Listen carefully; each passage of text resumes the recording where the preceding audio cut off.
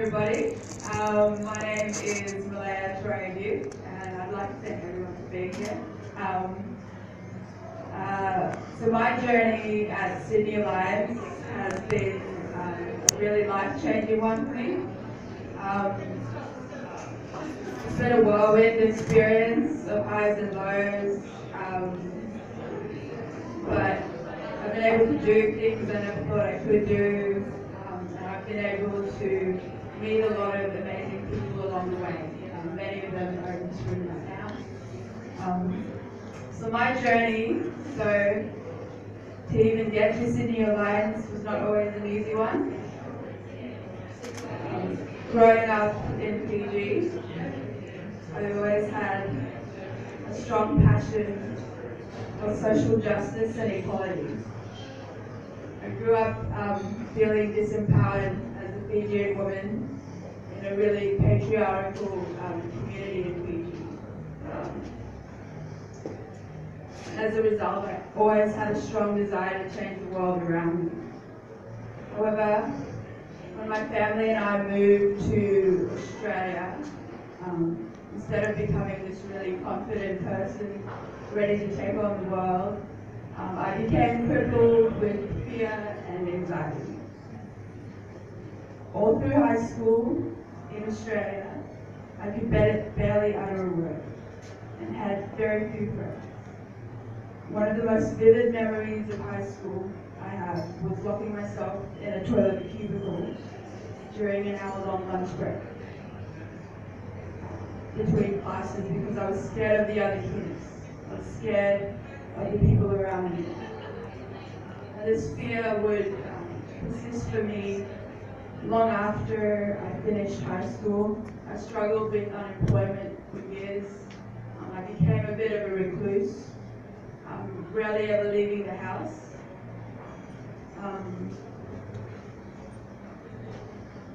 But it's only been through my family that I've been able to maintain some level of hope. So here I was, someone with big aspirations to change the world around me, but I was trapped in a cage of my own fears and anxieties. And it is in this state I'm introduced to Sydney Alliance. The first few weeks at Sydney Alliance were a bit of a pain. I found even the most mundane tasks really difficult, like calling people on the phone and like even contributing in meetings. I struggled with that. I found it emotionally draining. During the first few interns meetings at Sydney Alliance, I barely spoke. So while Audrey thought she was blowing her chances because of verbal vomit, I thought I was blowing my chances because of verbal constipation.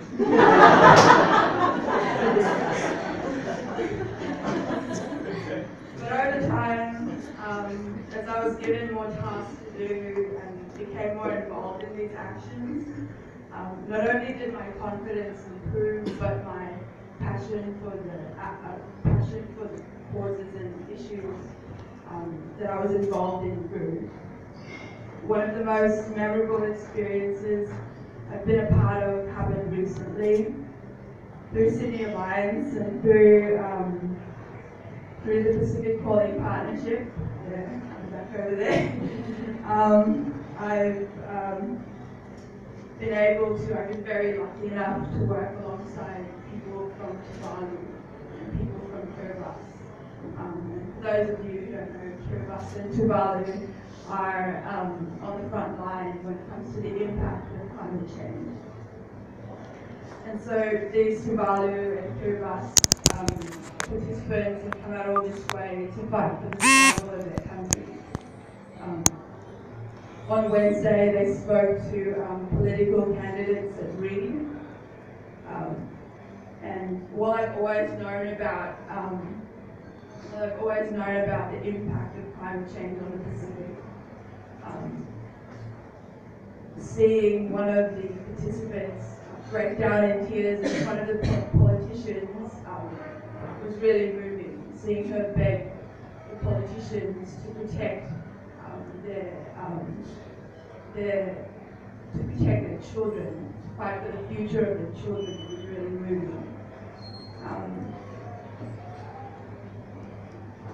And meeting these participants has challenged me not only to accept my own privilege, but it's also challenged me to accept how the part that I've played in contributing to the problem. Through being involved in all these climate change actions, I've begun to understand the importance as a Pacific Islander in Australia to speak up on the issue of climate change. For someone like me, who lost a lot of years in my life, struggling to even literally speak,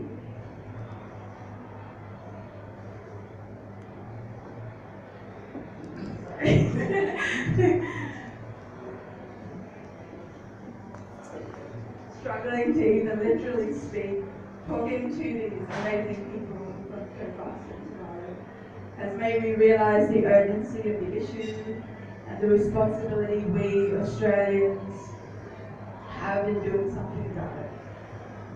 Over the last 2 weeks, through the Pacific Quality Partnership Training Program, I've been fortunate enough to talk to schools, to talk to politicians about the impacts of climate change in the Pacific.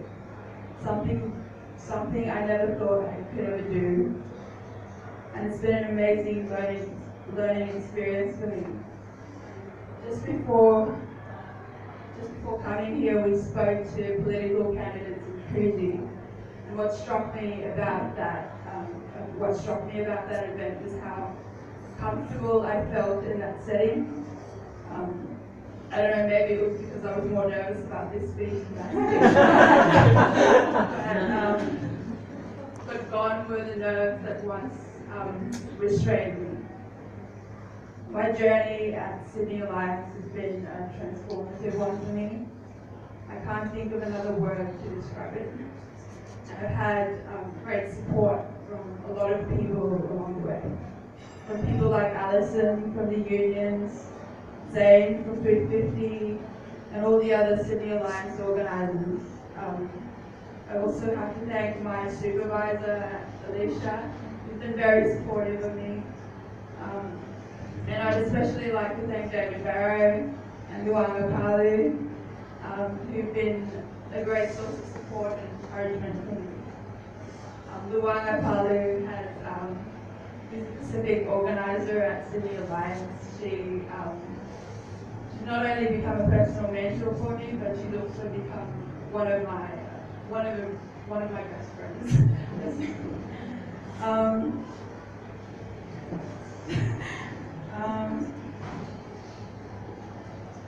My family, I also have to thank my brothers, my mum. They're probably the hardest working people I know.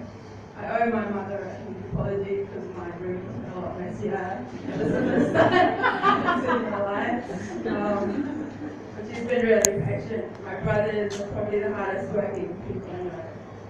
They work in jobs that don't often garner, these kind of fancy ceremonies, but it's because of what they do that I've been able to study full time. And I've been able to even get this opportunity with Sydney Alliance. Being at Sydney Alliance has exposed me to a lot of injustices in the world. It has exposed me to people in the Pacific suffering the direct consequences of that injustice. I do not want to lose another year.